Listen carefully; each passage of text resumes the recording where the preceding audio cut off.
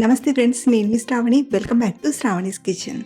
ఈరోజు ఈ వీడియోలో వాటర్ మిలన్ ఫ్రూట్తో ఒక మంచి టేస్టీ ఐస్ క్రీమ్ని ఈ వీడియోలో మీతో షేర్ చేసుకోబోతున్నానండి. ఇలా మనం ఇంట్లోనే ఈ ఐస్ క్రీమ్ని ఇంట్లో ఉన్న వాటితో చాలా చాలా ఈజీగా, హైజెనిక్గా, బయట కంటే రుచిగా చేసుకోవచ్చు.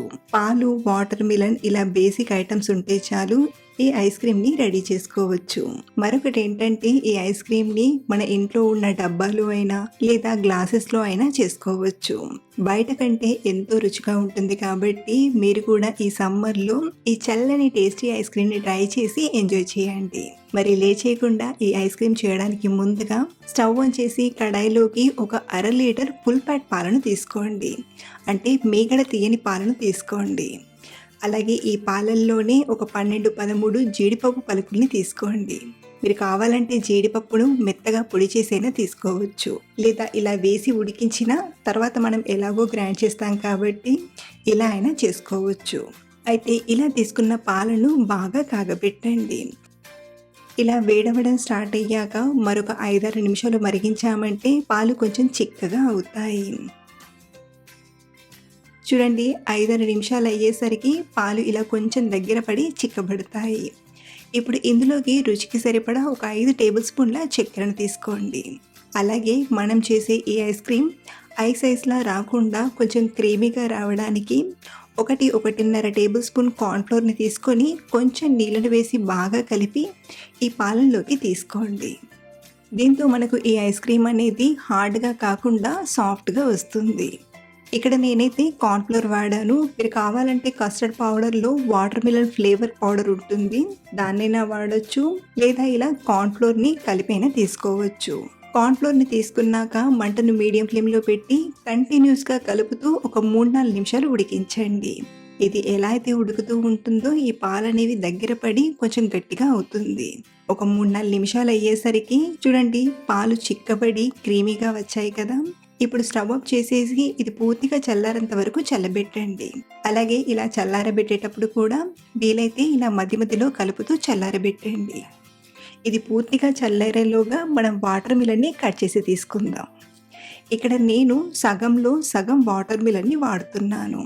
అదే కప్పు కొలతతో చెప్పాలంటే 1.5 నుండి 2 కప్పుల వాటర్ మిలన్ వాడితే సరిపోతుంది. సో ఈ వాటర్ మిలన్ని కట్ చేసి రెడీగా పక్కనుంచుకోండి.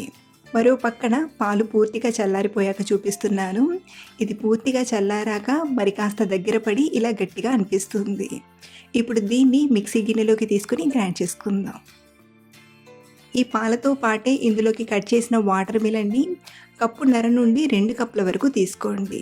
అలాగే మంచి ఫ్లేవర్ అండ్ రిచ్ టేస్ట్ కోసం ఒక 2 టేబుల్ స్పూన్ల రోజ్ సిరప్ని తీసుకుంటున్నాను. ఇది లేకుండా అయినా చేసుకోవచ్చు, వేస్తే టేస్ట్ ఇంకా ఎన్హాన్స్ అవుతుంది. లేనివారు స్కిప్ చేసైనా చేసుకోవచ్చు. సో ఇలా తీసుకున్న వీటిని బాగా గ్రైండ్ చేయండి. మనం ఇందులో కాజు వేసాం కదా, కాజు అనేది నలిగేంత వరకు, అలాగే వాటర్ మిలన్ ముక్కలు కూడా చక్కగా నలిగేంత వరకు బాగా బ్లెండ్ చేయండి. ఇలా గ్రైండ్ చేశాక దీన్ని ఒకసారి టేస్ట్ చేసి టేస్ట్కి తగ్గట్టుగా స్వీట్ సరిపోయిందో లేదో చూడండి. ఎందుకంటే వాటర్ మిలన్ అనేవి కొన్ని చప్పగా ఉంటాయి.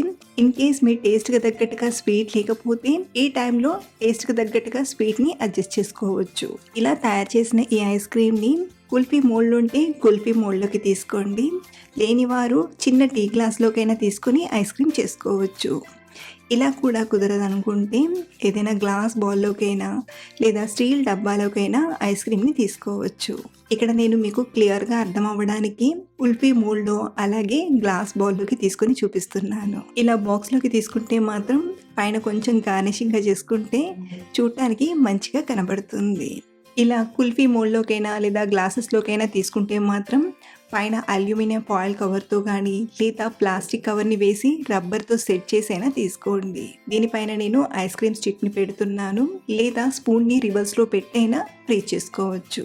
ఇక్కడ మనం చేసిన ఈ క్వాంటిటీకి గ్లాస్ బౌల్లోకి తీసుకోగా 4 కుల్ఫీల వరకు వచ్చాయి.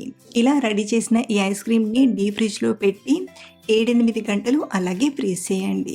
ఇక్కడ నేను మళ్ళీ నెక్స్ట్ డే చూపిస్తున్నాను. చూడండి, ఐస్ క్రీమ్ గట్టిపడి చక్కగా ఫామ్ అయింది. అలాగే మనం తీసుకున్న కుల్ఫీ మోల్డ్ని కూడా డీమోల్డ్ చేయడానికి కొంచెం వాటర్లో ఇలా ఒక 5 టైమ్స్ డిప్ చేసి స్లోగా తీసామంటే కుల్ఫీ మోల్డ్ నుండి ఈజీగా వచ్చేస్తుంది. ఇలా మీ వీలుని బట్టి గ్లాసెస్‌లో అయినా లేదా బాక్స్‌లో అయినా చేసుకోవచ్చు. మొత్తానికి న్యాచురల్ ఫ్లేవర్ తెలుస్తూ ఈ ఐస్ క్రీమ్ టేస్ట్ చాలా చాలా బావుంది. డెఫినెట్‌గా ట్రై చేయండి. చల్ల చల్లగా ఈ సమ్మర్‌ని చక్కగా ఎంజాయ్ చేయొచ్చు. అలాగే మీరు ట్రై చేశాక మీకెలా వచ్చిందో కింద కామెంట్‌లో షేర్ చేయడం మాత్రం అస్సలు మర్చిపోకండి. మీరు పెట్టే కామెంట్స్‌తోనే మరో నలుగురు హ్యాపీగా ట్రై చేస్తారు. ఈ వీడియో మీకు నచ్చితే లైక్ చేసి మీ ఫ్రెండ్స్ అండ్ ఫ్యామిలీకి షేర్ చేయండి. అలాగే మరిన్ని టేస్టీ రెసిపీస్ కోసం మన ఛానల్‌ని చూస్తూ ఉండండి. Thank you for watching.